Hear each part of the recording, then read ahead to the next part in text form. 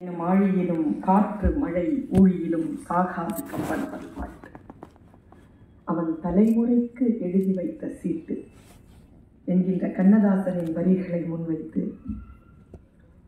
சான்றோர்கள் கூடியிருக்கக்கூடிய அவையையும் ஆன்றோர் தலைமை தாங்கிக் கொண்டிருக்கக்கூடிய மேடையையும் வணங்கி நேரடியாகவே நான் வழக்கிற்கு வருகிறேன். இந்த நீதிமன்றம் தில்லியில் கூடியிருக்கிறது. இந்தியாவிலேயே எங்கே நீதி கிடைக்கவில்லை என்றாலும் உச்ச நீதிமன்றத்தில் நீதி கிடைத்துவிடும் என்று நம்பி எல்லோரும் அன்னார்ந்து பார்க்கக்கூடிய தில்லியில் இந்த வழக்கை நான் கொண்டு வந்திருக்கிறேன்.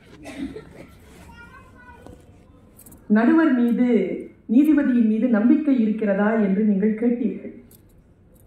அந்த நம்பிக்கைக்கான வார்த்தையை மட்டும் நான் சொல்லிவிட்டு என் வழக்கை வைக்கிறேன். இன்றிலிருந்து 14 ஆண்டுகளுக்கு முன்னால் கொழும்பு கம்பன் கழகத்திலிருந்து இன்றைக்கு நீதிபதியாக வீற்றிருக்கின்றவருடைய கைப்பட ஒரு கடிதம் என்னை வந்து சேர்கிறது. நீங்கள் கொழும்பு கம்பன் விழாவிற்கு வர வேண்டும் என்று நானும் வருகிறேன் என்று பதில் கடிதம் எழுதிவிட்டேன். ஆனால் என்னுடைய நெருக்கடியின் காரணமாக அந்த விழாவிற்கு என்னால் செல்ல முடியவில்லை. என்னால் செல்ல முடியவில்லை என்கின்ற அறிவிப்பை நான் தரவில்லை. அங்கிருந்து எனக்கு அதற்கு பிறகு எந்த அழைப்பும் வரவில்லை. நான் இப்படி சொல்கிறேன், 14 ஆண்டுகள் கொழும்பு கம்பன் விழாவில் பேசுவதிலிருந்து என்னை விலக்கி வைத்து அதற்கான தண்டனையை கொடுத்த ஒரு நீதியரசர் தான் இன்றைக்கு நீதிபதியாக உட்கார்ந்திருக்கிறார். ஒரு வனவாசம் போதுமானது என்று சொல்லிவிட்டு சென்ற வருடம்தான் என்னை அழைத்தார்கள். ஆக நீதிபதியின் மீது நம்பிக்கையும் அதே நேரத்தில் அறம் சார்ந்த அச்சமும் இருக்கின்ற காரணத்தினால் மன தெளிவோடு நான் இந்த வழக்கை இந்த நீதிமன்றத்தில் வைக்கிறேன். நான் தமிழ் படித்தவள், அதை தமிழில் படித்தவள். பெரிய விஷயம். ஏனென்றால் இப்பொழுதெல்லாம் ஆங்கில வழியில் தான் தமிழை கற்றுக்கொள்கிறார்கள். நான் தமிழிலேயே அதை படிக்கக்கூடிய பாக்கியம் பெற்றவள். எனக்கு தமிழ் தவிர ஒரு 4 மொழிகள் தெரியும். மற்ற மொழிகளில் அறம் என்கின்ற சொல் குறித்த வேறு ஏதேனும் சொல்லி இருக்கிறதா என்று நான் தேடி பார்த்தேன். பல்வேறு விதமான சொற்கள் இருக்கின்றனவே தவிர அறம் என்கின்ற அந்த சொல் தருகின்ற பொருளோடு ஒரே ஒரு சொல் நான் அறிந்த வேறு அந்த 4 மொழியில் இல்லை. அரபி மொழி எனக்கு தெரியும். அராபிய மொழியில் இருக்கின்ற திருக்குரானிலே ஹக் என்கின்ற ஒரு சொல் வருகிறது. அந்த சொல் அறத்திற்கு ஊடாக நிற்கிறதா என்று பார்த்தால் 23 விளக்கங்களை திருக்குரான் அந்த சொல்லுக்கு தருகிறது. ஆனால் அந்த 23 விளக்கங்களையும் சேர்த்து அதை தவிர பல 100 அர்த்தங்களையும் சேர்த்து இருக்கக்கூடிய ஒரு அடர்த்தியான சொல்லாக நான் அறம் என்கின்ற சொல்லை காண்கிறேன். இந்த அறம் என்கின்ற இந்த நெறியை கம்பர் தன்னுடைய காப்பியத்திற்கு ஊடாக வைக்கிறார். என்ன ஒரு பெரிய ஒரு பாக்கியம் தமிழ் மக்களுக்கு என்றால், அந்த அறத்தை சொன்ன காப்பியத்தை அவர் தமிழில் எழுதியிருக்கிறார். அந்த தமிழில் எழுதப்பட்ட அந்த காப்பியத்தில் நமக்கு கிடைத்திருக்கக்கூடிய அந்த அறநெறிகளை நேற்று சொன்னது போல் டாக்டர் சரவணன் அவர்கள் நேற்று இந்த மேடையில் சொன்னார். நீங்கள் சொன்னதாக சொன்னால், ஒரு மொழியை வைத்து நாம் கம்பராமாயணத்தை உயர்த்தியது போல் அதன் பொருளை வைத்து அந்த ராமாயணத்தை நாம் உயர்த்தவில்லையோ என்கின்ற கவலை எனக்கு இருக்கிறது என்று நீங்கள் சொன்னீர்களே. அந்த அடிப்படையில் தான் இந்த வழக்கை நான் முன்வைக்கிறேன். அறம் வெல்லும், பாவம் தோற்கும் என்கின்ற அடிப்படையான இந்த வாசகத்தின் மீது நம்பிக்கை இழந்து இந்த சமுதாயம் கம்ப நெறிகளின் வாழ்வியலை தன்னுடைய வாழ்வியலாக எடுத்துக்கொள்ளவில்லை. அதனால் அது குற்றமுடையது என்கின்ற பொது வழக்கை நான் இங்கே சமர்ப்பிக்கிறேன். அவர் அதை ஏற்றுக்கொண்டால் அதற்கான அடுத்த படிநிலைகளில் அந்த வழக்குகளை நான் எப்படி சமர்ப்பிக்கிறேன் என்பதனை நான் சொல்லுவேன். நன்றி, வணக்கம். தனி மனிதன் இந்த சமூகத்தில் தன்னை ஒருங்கிணைத்துக் கொள்ளவில்லை. அப்படி அவன் ஒருங்கிணைக்காமல் இருப்பதற்கு இந்த சமூகம் காரணமாக இருக்கிறது. இந்த வழக்கை நான் மிக விஸ்தாரமாக சொல்வதற்கு முன்னால் என் இரண்டாவது வழக்கையும் நான் மிக எளிமையாக சொல்கிறேன். இரண்டாவது வழக்கு, அற வழியில் நில்லாத தனி மனிதனை இந்த சமூகம் ஆதரிக்கிறது. அறம் வழி நிற்கக்கூடியவனை அவன் அறவழியில் நடப்பதிலிருந்து அது தடுக்கிறது. அறவழியில் இல்லாதவனுக்கு அது பல்வேறு விதமான ஆதரவை அளிக்கிறது. இந்த இரண்டு குற்றங்களையும் அது செய்வதனால் கம்ப நெறியில் இந்த சமூகம் நிற்கவில்லை என்பது நான் கொண்டு வந்திருக்கக்கூடிய இரண்டு வழக்குகள். அதில் முதல் வழக்கு, கம்ப நெறியோடு தனி மனிதன் தன்னை ஒருங்கிணைத்துக் கொண்டாலும் அதற்கான சூழலை இந்த சமூகம் அவனுக்கு அளிப்பதே இல்லை.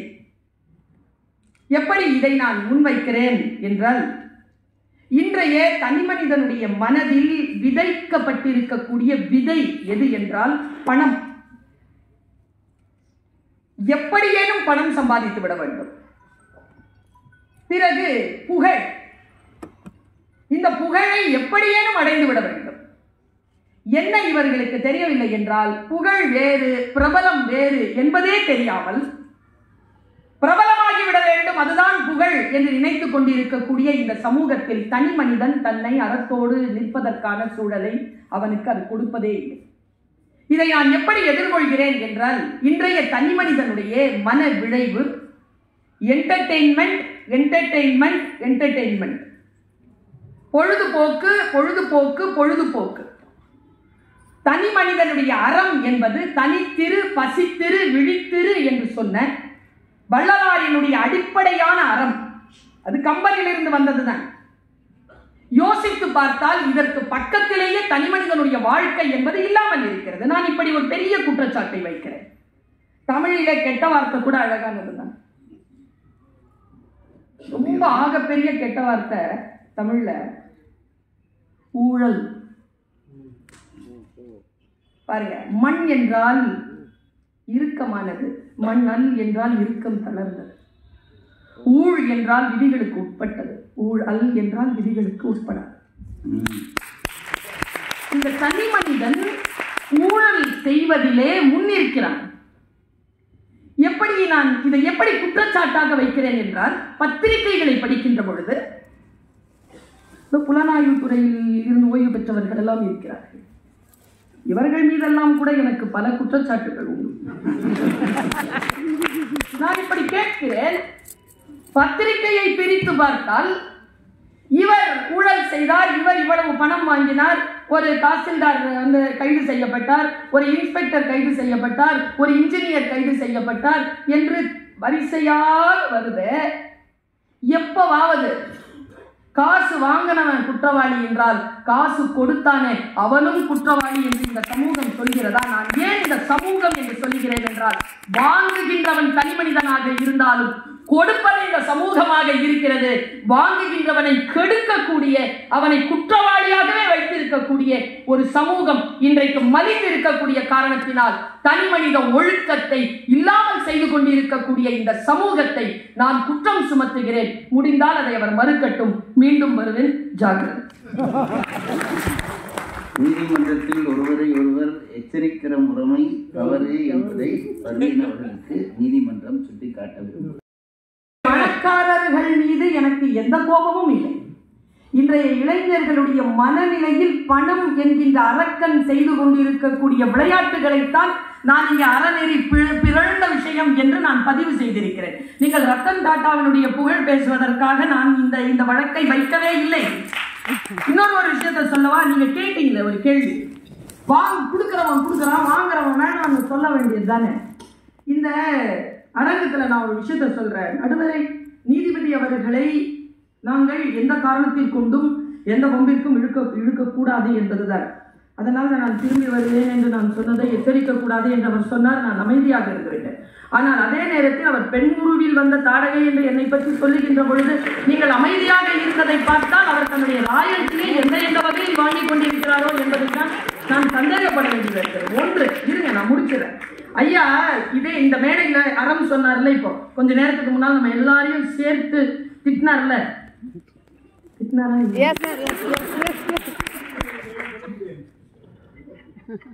ஜூரி பேசுறாரு, என்ன பண்ண? ஜூரி வழக்கு முடிகிற வரைக்கும் பேசக்கூடாது. இங்க இன்னும் வழக்கு நடந்துட்டு இருக்கு. இப்போ அவர் ஒரு 10 வருடத்திற்கு முன்னால் சென்னை கம்பன் விழாவிலே 10-15 வருடம் இருக்கும். அப்ப இந்த துறவிகளை பற்றிய பெரிய பிரச்சனை வந்த பொழுது ரொம்ப சீற்றமாக ஒரு டாக்குமெண்ட்டை கொடுத்தார். அவர் ஒரு வாக்குமூலத்தை கொடுத்தார். ரொம்ப சீற்றமான வாக்கு, அறச்சீற்றம் மாதிரி இருந்தது. எனக்கு அதைத்தான் நான் இந்த வழக்கில் வச்சிருக்கேன். எங்க துறவரம்னா என்னங்க அர்த்தம்? துறவர யார்? இந்த துறவி அறுத்தவனா? துறவி இல்ல, டெய்லி அறுத்துக்கிட்டு இருக்கிறவன் தான் துறவி. தன் ஆசைகளை டெய்லி அறுக்கணும். எப்பவோ ஒன்றை அறுத்து முடித்து விட்டு யாரும் வர முடியாது. எந்த வினாடி வரைக்கும் தான் அறுத்தது தனக்கு பாதிப்பாக இல்லையோ அந்த வினாடி வரைக்கும் அதை அவன் அறுத்துக் கொண்டே இருக்கணும். ஆனால் அவர் சொன்னார், இந்த இந்தியா உண்மையான துறவிகளை ஒருபோதும் காணப்போவதில்லை. இந்த வாயால் அவர் சாபமிட்டார் 10 வருஷத்துக்கு முன்னால. நான் பார்வையாளராக உட்கார்ந்து இருக்கிறேன். ஏன்னு கேட்டாங்க, ஏன் அப்படி சொல்றீங்க? அவர் என்ன தெரியுமா சொன்னார்? ஏன் அவன் பொண்ணு வேணாம், பொண்ணு வேணாம், மண்ணு வேணாம் தானே வரான். அவன் காலில் இந்த 3 தானே நீங்க கொண்டு போய் போடுறீங்க. எவ்வளவுதான் ஒரு மனுஷன் தாங்குவான்? எப்பாவது ஒரு விஷயத்துல அவன் வழுக்குவானா இல்லையா? இந்த துறவி மேல பிரச்சனை இல்லைங்க, கொண்டு வந்து போடுறான் பாருங்க கால, அவனை வெட்டணும்னு சொன்னாங்க. நான் என்ன சொல்றேன், வாங்குகின்றவனுடைய முகம் எனக்கு தெரிகிறது, ஆனால் கொடுக்கக்கூடியவனுடைய முகம் இந்த சமூகத்தில் தெரியவே இல்லையே.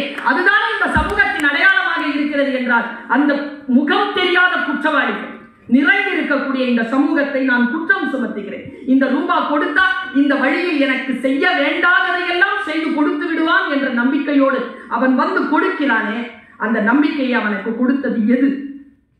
அந்த அறம் பிறழ்ந்த அந்த மனம் கொண்ட இந்த சமூகத்தின் மீது நான் குற்றம் சுமத்துவதில் என்ன தவறு இருக்கிறது என்று கேட்கிறேன். நீங்கள் என்னை இதை குறித்து நீங்கள் என்னை அடக்கி என்று சொன்னால் அந்த இனத்தின் மீது எனக்கு ஒன்றும் பொறாமை இல்லை.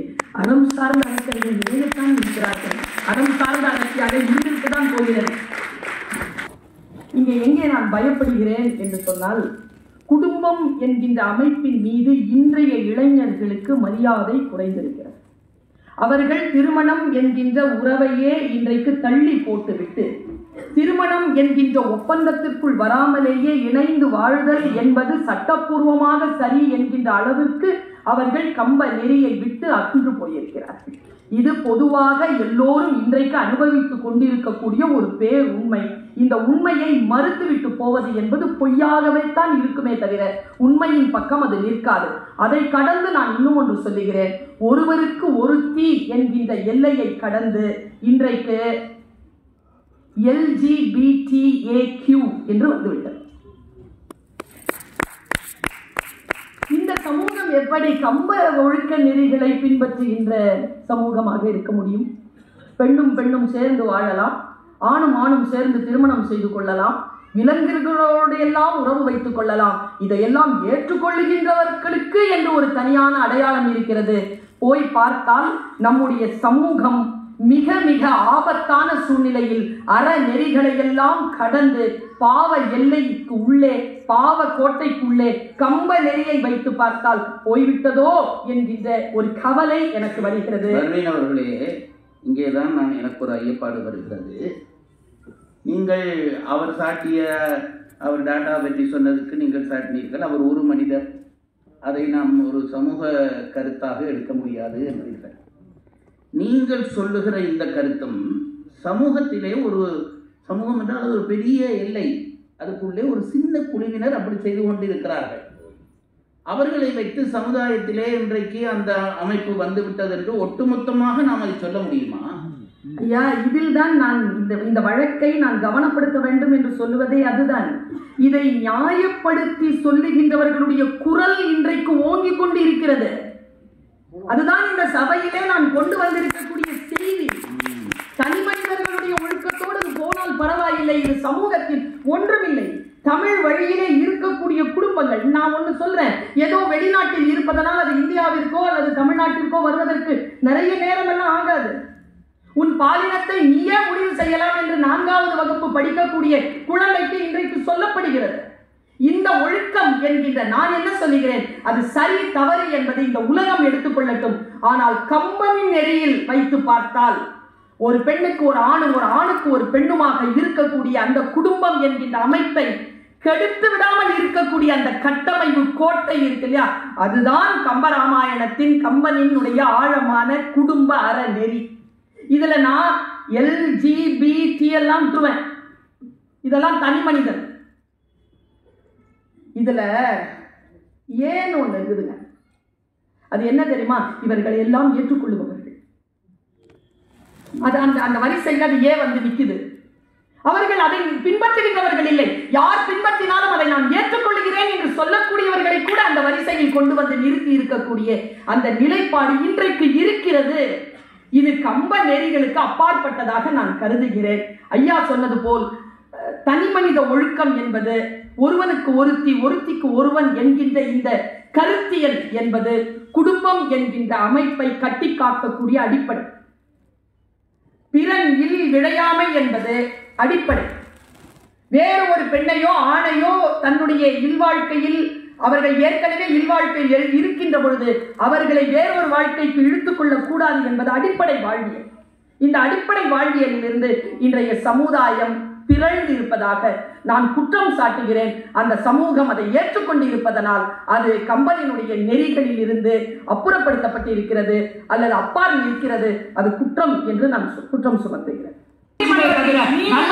போய் நிற்கின்ற பொழுது, குடும்ப நீதிமன்றங்களில் போய் நிற்கின்ற பொழுது தமிழ்நாட்டில் ஒரு மாதத்திற்கு 50,000 வழக்குகள் வருகின்றன. 50,000 வழக்குகள் கம்ப நெறிகளில் இருந்திருந்தால் இந்த நெறி இந்த இழிநிலை இந்த சமூகத்திற்கு வந்திருக்குமா? 15 லட்சம் இன்னைக்கு பெண்டிங்ல இருக்குங்க. குடும்ப நீதிமன்றங்கள்ல குடும்ப வழக்குகள் இன்னைக்கு 15 லட்சம் வந்து நிலுவையில் இருப்பதாக நான் என் புள்ளி விவரம் சொல்கிறது. நீங்க சொல்ற கொஞ்சம் தானே, பரவாயில்லை என்கின்ற கருத்தை நான் எதிர்க்கிறேன். நான் இந்த விஷயத்தை சொல்ல மறுபடியும் கம்பராமாயணத்துல சொல்றேன். 63 பேர் ஒரு வருடத்தில் ஒரு சின்ன இடத்துல தமிழர்கள், இலங்கை மற்றும் தமிழ் நாட்டை சேர்ந்த இளைஞர்கள் தற்கொலை செய்து கொண்டிருக்கிறார். இது இன்றைக்கு நான் சொல்லுகின்ற தரவு. தமிழ் படிக்கின்ற, தமிழ் பேசுகின்ற இளைஞர்கள், பொருளாதாரத்திற்காக புலம்பெயர்ந்து போன இளைஞர்கள் 63 பேர் ஒரே வருடத்தில் 28 வயதிற்குள் இறந்து போயிருக்கிறார். ஏன் நான் இந்த கம்பராமாயணத்தை ஒரு விஷயத்தை காட்டுறேன். ராமனை நாம எல்லாருமே சொல்றோம் இல்லையா? நான் ஏன் கம்ப நெறின்னு சொன்ன தெரியுமா? அறம் அப்படிங்கிற சொல் என்ன தெரியுமா? நீங்க ராமனாவே இருந்துக்கோங்களேன், நீங்க சீதையாவே இருந்துக்கோங்களேன், நீங்க ஒரு சிறிய தப்பு பண்ணீங்கன்னு வச்சுக்கோங்க, அந்த அறம் உங்களுக்கு அந்த சொன்னதிலிருந்து உங்களுடைய அந்த குற்றத்தை அதை உங்களை தண்டிக்கும். இதுக்கு ராமன் விதிவிலக்கல்ல, சீதையும் விதிவிலக்கல்ல. என்ன நிட்டியோ ஒரு நீ என்று கேட்ட அந்த ஒற்றை சொல்லுக்காகத்தான் அக்கினி. ராமன் சொல்லுகிறான், ஒரு சின்ன நான் வந்து ஒரு கல்லை எடுத்து அடிச்சேன், அவ என்னவைய வாழ்க்கையில மண்ணை எல்லாம் அடிச்சுட்டா, சிறியோரை இழந்து விடாதே. இது எல்லாம் கம்பெனியில் நாம் பார்க்கின்றார். நான் இன்னொரு இந்த தற்கொலை குறிப்பை ஏன் சொன்னேன்? இன்றைய சமூகம் தன் நிலை இழந்திருக்கிறது. இன்னைக்கு நீங்க பார்த்த, நீங்க ரிட்டையர் ஆயிட்டீங்க, நான் இன்னும் சர்வீஸ்ல இருக்கிறேன். நீங்கள் பார்த்த மாணவர்கள் இல்லை இப்பொழுது நாங்கள் பார்த்து கொண்டு இருக்கக்கூடிய மாணவர்கள். 3ஆம் ஆண்டு மாணவர்கள் இல்லை இப்பொழுது சந்திக்கிற 1ஆம் ஆண்டு மாணவர்கள். 3ஆம் ஆண்டு மாணவர்கள் பேச மாட்டார்களா என்று நாங்கள் எல்லாம் ஏங்குவோம். இன்றைக்கு 3ஆம் ஆண்டு தன்னிடத்தில் பேசக்கூடாது என்கின்ற நிபந்தனை விதிக்கிறது 1ஆம் ஆண்டு. எல்லாமே வந்து Z ஜெனரேஷன். அவங்க யாருமே 90 கிட்ஸை ஏத்துக்கிறதே இல்லை. Gen Z 2K கிட்ஸை யாரும் ஏத்துக்கிறது இல்லை. இந்த மாறுபாடு ஒண்ணும் இல்லைங்க. கவந்தன் இப்படி வந்து நிக்கிறான். நான் ராமாயண காட்சியை காட்டுறேன். கவந்தன் நிற்கிறான். உங்களுக்கு எல்லாம் தெரியுமா? ராமன் மனதளவில் உடைந்து போய் தற்கொலை செய்து கொள்ளலாம் இருக்கிற ஒரு காட்சி. வாயெல்லாம் வயிறாக, வயிறெல்லாம் வாயாக ஒற்றை கண்ணோடு கவந்தன் என்கின்ற ஒரு மிகப்பெரிய அரக்கன் வந்து நிற்கிறான். சபரிதான் காட்டுகிறான் அவன்கிட்ட போய். அங்க போய் நிற்கும் பொழுது லக்ஷ்மணனுடைய முகம் பார்த்து ராமன் சொன்ன வார்த்தை என்ன தெரியுமா? தோகையும் பிரிந்தனள், எந்தையும் துஞ்சினன். மனைவி போயிட்டா, எங்க அப்பாவும் செத்து போயிட்டார். இனி இவ்வேக வெம்பழி சுமந்து நான் உழல வேண்டலேன். ஆகலின் யான் இனி இதற்கு ஆமிடம். இந்த வாயில விழுந்து நான் செத்துறேன்டான்னு நேரா போய் தற்கொலை செய்து கொள்றதுக்காக போகும்போது சின்ன பிள்ளைங்க இளையோன்னு சொல்றாங்கல்ல, இந்த நிதானம் இருக்கா இன்னைக்கு இளைஞர்கிட்ட? நீங்க ஏதாவது ஒண்ணு சொன்னா அவர் கெட்ட வார்த்தை வாயில வந்ததில்ல, அப்படி தடுத்த உடனே நீங்க பேசுறீங்களா பாப்பா? கெட்ட வார்த்தையெல்லாம் சொல்லிட்டீங்க, பாதி சொல்லிட்டீங்க. சபை கெட்ட வார்த்தையெல்லாம் நீங்க இதே சபை குறிப்பிலிருந்து நிற்க வேண்டும். இதே சபை குறிப்பிலிருந்து நீங்க நிற்க வேண்டும். நான் கெட்ட வார்த்தை ஆணையெல்லாம் நீங்கள் இட முடியாது. அவர் கேட்ட வார்த்தையை பேசல. கேட்டா நாங்கள் எல்லாம் கேட்டாகி விட்டது. சொல்லுங்க, கேட்ட வார்த்தைன்னு சொல்லுங்க, கெட்ட வார்த்தைன்னு சொல்லாதீங்க. நீங்கள் சொன்ன கெட்ட வார்த்தையை நாங்கள் கேட்டாகி, நீங்கள் சொல்லுவதனாலெல்லாம் அதையெல்லாம் மறுத்து விட முடியாது. இப்படித்தான் இன்றைய சமூகத்துல இன்னைக்கு அந்த தனி மனிதனுடைய ஒழுக்கம் எப்படி போயிட்டு இருப்பாரு. ஒரு இளைஞன் லக்ஷ்மணன், அவன் அண்ணா இரு, நீ ராத்திரி எல்லாம் கண்மூடி காட்டிய அந்த ராமன் இல்லாம வந்தியா அப்படின்னு கேட்கிற அந்த வார்த்தைக்கு மேல ஒரு தவறு இருக்கா? இது கம்பன் வார்த்தை. கண் துயில் கொள்ளாத அயல் காத்தற்கு ஆனான் என்னே என்றவர் முன்னே அவர் இன்றி தானே வந்தான் என்றதில் வேறு ஒரு தவறு உள்ளதோ? அடுத்து கேட்கிறான், செருவெல்ல மாட்டான் மாண்டான் என்றலின் மேலும் வசை சொல் உண்டோ? போய் சீதையை மீட்டுட்டு வந்து அந்த போரை வென்றான் என்கின்ற சொல்லை கடந்து நீ செத்து போயிட்டேங்கிறது எப்படி அண்ணா சொல்லுவதுன்னு சொல்லி அந்த பெரியவனை தனக்கு பின்னால் நிறுத்தி, என் முன்னே செல்லும் இளங்கோ இறையோருக்கு முன்னே செல்லும்.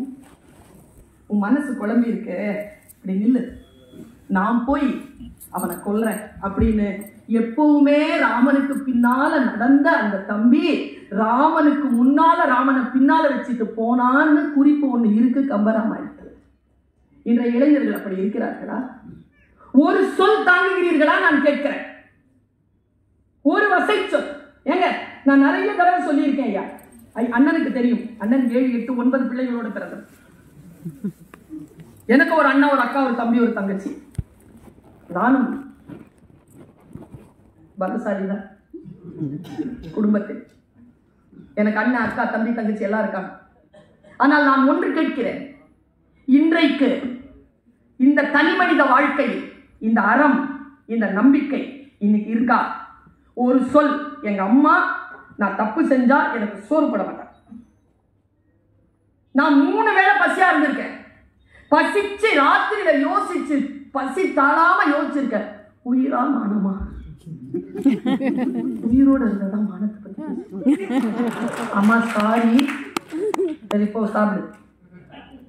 எங்க அம்மா கஞ்சிங்க, ஒண்ணு செத்தா இன்னொன்னு, எனக்கு ஒண்ணே ஒண்ணு. நான் எப்படிங்க விடுறது? இன்றைக்கு என்னால் அதை தடுக்கவே முடியவில்லை. இன்றைக்கு பேரண்டிங் என்ற பெயர்ல அன்றைக்கு ராமாயணத்தில் விட்டு பிடித்த விஷயங்களை எல்லாம் நாம் விட்டு பிடிக்கவே முடியவில்லை. அவர்களுக்கு முன்னால் மண்டியிடுகின்ற இந்த சமுதாயமாக, குற்றமுடைய சமுதாயமாக நாம் மாறிவிட்டோம் என்று நான் சொல்லுகிறேன். நீங்கள் முடிந்தால் பதில் சொல்லிக் கொள்ளுங்கள். அதற்கு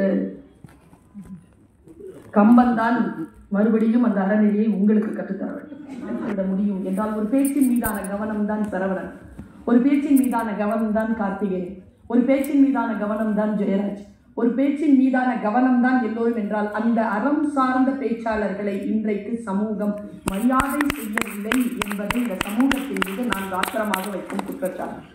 அவர்கள் இன்னைக்கு பட்டிமண்டபங்களில் எல்லாம், பேச்சரங்கங்களில் எல்லாம் நகைச்சுவை துணுக்குகள் சொல்லுகின்றவர்களுக்கு கிடைப்பது போல் வாய்ப்புகள் அறிவார்ந்த அறம் பேசுகின்ற மாதூக்கு கூட கிடைப்பதில்லை என்பதுதான் இந்த சமூகத்தின் மீது நான் வைக்கக்கூடிய குற்றச்சாட்டு. ஒன்று. நான் பொதுவாக 2வது குற்றச்சாட்டுக்கு வருகிறேன். தனி மனித ஒழுக்கத்தை விரும்பினாலும் இந்த சமூகம் அந்த ஒழுக்கமாக அவர்களை இருக்க விடுவதில்லை. உதாரணத்துக்கு நான் சொல்றேன். இப்போ நான் ஒரு லேப்டாப் திறக்கிறேன், அது எனக்கு ஒரு கேள்வி நான் கேட்குறேன், அதுக்கு அது பதில் சொல்லுது. என் நேரம் போதும் என்று தெரிந்தவுடன் அந்த லேப்டாப்பை நான் மூடிடுறேன். இன்றைய இளைய சமுதாயம் ஆசிரியர்களையும் அந்த லேப்டாப் போலத்தான் நடத்துகிறது. இந்த கம்ப காப்பியம் நமக்கு சொன்ன வசிட்டனை இன்றைக்கு சமூகம் ஏற்றுக்கொள்வதே இல்லை. விஸ்வாமித்திரனை இந்த உலகம் ஏற்றுக்கொள்வதே இல்லை. நீங்க ஏன் கூகுள் மேப் சொல்ற ஆண்டி மாதிரி இருக்க மாட்டேங்கிறீங்க? அது என்ன கூகுள் மேப் சொல்ற ஆண்டினா, அது வந்து தப்பா போயிடுச்சுன்னா திட்டவே திட்டாது, வேறு வழியை சொல்லும். ஏன் அது 40 கிலோமீட்டர் ஆகும் பரவாயில்லையா? உன் வாழ்க்கையில நீ வந்து நேரத்தை வீணடிக்க கூடாது என்று தானே நான் சொல்கிறேன்.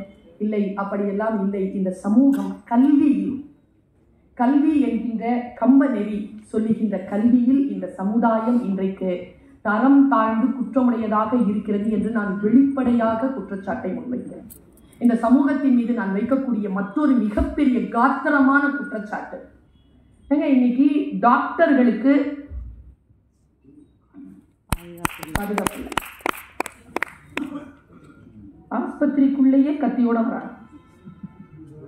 மருத்துவர்களுக்கு பாதுகாப்பு இல்லை, வக்கீல்களுக்கு பாதுகாப்பு இல்லை, கிளைண்ட்ஸே கொள்றான்.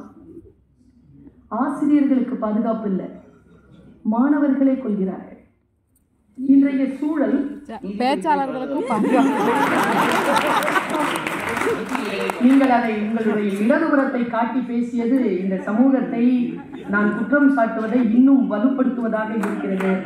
அது உண்மையிலேயே பாதுகாப்பற்ற அறிவுபூர்வமான ஆற்றலை தருகின்ற ஒரு கல்வி நிலையை இந்த சமூகம் பெற தவறிவிட்டதோ என்று நான் கம்பனின் நெறிகளில் நின்று குற்றம் சாட்டுகிறேன். கம்பன் ஒரு கவிதையை சொல்லுகிறார். அது ஒரு கோசல நாடு, தன்னுடைய ஒரு இட்ஸ் ட்ரீம் நேஷன் என்று சொல்வார்கள், கனவு நாடு. ஹே ராம் என்று சொல்லி விழுந்தார் இல்லையா, ராமராஜ்யம். அது ஒரு கனவு ராஜ்யம். இந்த சமூகத்தில் அந்த ராஜ்யம், அந்த நாடு இன்றைக்கு நிகழ்ந்திருக்க வாய்ப்பு இருக்கிறதா? இன்றைய சமூகத்தில் சமய பொறை இருக்கிறதா? கம்பன் நெறிகளை எடுத்து பார்க்கின்ற பொழுது, கம்பன் தன்னுடைய ராவணன் என்கின்ற பாத்திரம் சிவபக்தனாக இருந்த பொழுதும் ஒருபோதும் கம்பர் சிவனை தாழ்த்தி ஒரு இடத்தில் கூட சொல்லவில்லை. அவர் ஒரு தெய்வத்தையும் தாழ்த்தி பேசவில்லையே. இன்றைக்கு தன் மதம் பெரிது என்று சொல்லக்கூடியவர்கள் அடுத்த மதத்தை தாழ்த்தி பேசக்கூடிய இழிநிலை கொண்டிருக்கக்கூடிய சமுதாயம் கம்ப நெறியில் இருந்து வழுவி இருக்கிறது என்று நான் குற்றம் சொல்கிறேன். ஒரு கல்வியாளராக நின்று நான் யோசிக்கிறேன், எது கல்வி என்று கம்பன் சொல்கிறான் என்றால், ஏகம் முதல் கல்வி முளைத்து, பாருங்க, ஒரு மரம் என்கிறான் கல்வி கம்பன். அதன் வித்து எது என்றால் கல்வி. ஏகம் முதல் கல்வி முளைத்து எழுந்து எண்ணில் கேள்வி ஆகும் முதல் திண்பனை போக்கி. எண்ணில் கேள்விதான் வேர், கல்விதான் விதை. எண்ணில் கேள்வி, நாலேஜ், இதுதான் வேர். அருந்தவத்தின் சாகம் தழைத்து. அருந்தவம் என்பது என்ன? அதுதான் இந்த விளைவு. நாம் இந்த உலகத்திற்காக அறத்திற்காக காத்திருக்கக்கூடிய விளைவு தான், விழுமியம் தான் கிளை. அடுத்த வார்த்தை பாருங்க, அன்பு அரும்பி. இப்படி நிற்கக்கூடிய மரத்திலே அன்புதான் அரும்பு, தர்மம் தான் மலர். தர்மம் மலர்ந்து போகன் கனி என்று பழுத்ததும் போலும் மாதோ. அதிலிருந்து கனியக்கூடிய இந்த கனிதான் இந்த உலகத்தை காக்கக்கூடிய அறம் என்று பேசுகின்ற அந்த கல்வி இன்றைக்கு சாத்தியமாகி இருக்கிறதா? நீங்க கேட்டீங்களே, நீங்கள் மறுப்பில் அதை சொன்னீர்கள். நான் இப்படி கேட்கிறேன், கல்லாது நிற்பார் பிறர் இன்மையின் கல்வி முற்ற வல்லாரும் இல்லை. கல்வியில அந்த நாடு எவ்வளவு முன்னேறி இருக்குன்னா, இவன் கல்வியில சிறந்தவன் ஒருத்தன் இல்லையாங்க, ஏன்னா முட்டாள்னு ஒருத்தன் இல்லை. கல்வி இல்லாதவன் என்று ஒருவன் இல்லை. இன்றைக்கு அப்படி இருக்கிறதா? கல்வி இல்லாதவர்கள் நிறைய இருக்கின்ற காரணத்தினால் கல்வியாளர்களுக்கு மதிப்பில்லாமல் இருக்கிறது. நான் ஒரு வார்த்தையை ரொம்ப வெளிப்படையாக சொல்வேன், பெறுவதற்கும் இழப்பதற்கும் ஒன்றுமில்லை என்பதனால் தைரியமாக பேசக்கூடியவள். ஒரு சேனல், தமிழ் சேனல், அதுல பிரபலமான ஒரு பிள்ளை எனக்கு ஒரு என்னுடைய ஷோக்கு வந்திருந்தா. அதில் அவர் சொல்றா, ரொம்ப அழகாக உச்சரிக்கிறார். தமிழ் மொழி அப்படி அப்படி அமுதமா பொழியுது அவர்கிட்ட. இவ்வளோ அழகா பேசுறியப்பா, ஏன் அந்த சேனல் இங்க வந்துட்டேன், அங்க ழாவை லான்னு உச்சரிக்க சொல்றாங்க. என்ன ழான்னு சொன்னா ரொம்ப தமிழா இருக்கு, அது நுனி நாட்டில் ஆங்கிலம் போல் பேசு என்று சொல்லுகிறார்கள். அப்படி எனக்கு பேச வரவில்லை, அதனால அந்த சேனலுக்கு வந்துட்டேன். இந்த சமூகத்தை என்ன சொல்வீங்க நீங்க? பிழையாக இருக்கக்கூடியவர்களை போஷிக்கின்ற நாடு, நல்லவர்களை ஒதுக்குகின்ற நாடு. பிழையா கிண்டலா பேசுறாங்க, ஆபாசமாக பேசுகிறார்கள். அவர்களை வரவேற்று கைத்தட்டி பூமாலை அணிவித்து பொன்னளித்து அனுப்புகிறார்கள். அமைதியாக ஆர்ப்பாட்டம் இல்லாமல் அறம் பேசுகின்றவர்களை சால்வை கூட போடுவதற்கு மறுக்கிறார்கள். என்ன நாடு இது? இந்த நாட்டில் தானா கம்பனை நாம் படித்தோம்? இந்த நாட்டில் தானா வள்ளுவனை படித்தோம்? இந்த நாட்டில் தானா சமய இலக்கியங்களை படித்தோம்? எல்லாம் இருந்தும் எதுவும் இல்லாத பிச்சைக்காரர்களாக நிற்கக்கூடிய நிலையில் இந்த சமூகம் சென்று விடுமோ என்று நான் அச்சப்படுகிறேன். இன்றைக்கு நான் சொல்றேங்க, இந்த வார்த்தையோட நான் நிறைவு செய்கிறேன். இந்த விழா இருக்குல்ல, பெருமாள் எடுத்து இருக்கக்கூடிய விழா, நான் முதல்லயே சொன்னேன், சாம்ராஜ்யங்களுக்கு மத்தியில் போய் நாற்காலியை தேடாமல் தனக்கென கம்பனுக்கு ஒரு சாம்ராஜ்யத்தை அமைத்த பெருமாள்.